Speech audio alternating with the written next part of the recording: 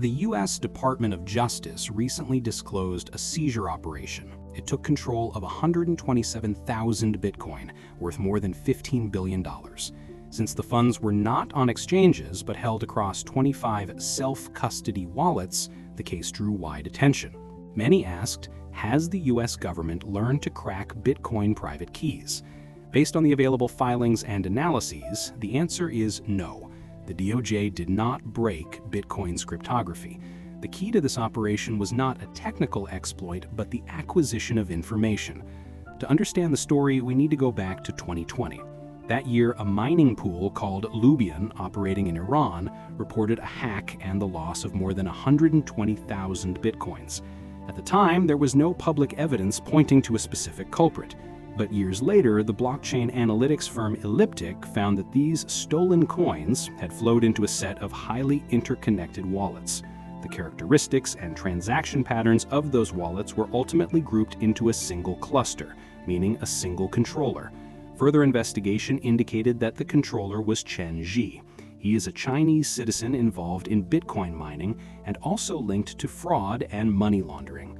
Through insider access, he transferred Bitcoin from the pool and from scams into cold wallets he controlled and left them untouched for a long time. Since late 2020, these wallets showed no movement and were labeled by analytics firms as a dormant wallet cluster. The likely intent was to conceal the source of funds, but it ended up concentrating the assets. And because of the transparency of blockchains, law enforcement could keep tracking the addresses. After years of investigation, the DOJ concluded that these 25 wallets were controlled by Chen Zhi. The next key question is how the U.S. government obtained control of those wallets. Court filings provide clues. The indictment notes that Chen's personal manager, referred to as Co-Conspirator 5, assisted him in maintaining wallet access and safeguarded parts of the seed phrases. During the investigation, this manager was identified as a key figure. Under money laundering and wire fraud charges, he agreed to cooperate, which led investigators to recover seed phrases for some or all of the wallets. Armed with that information, the FBI executed the actual takeover between June and July 2024, moving the Bitcoin from the original wallets into government-controlled addresses. Public disclosure came more than a year later in October 2025. That is why the on-chain movements predated the official announcement.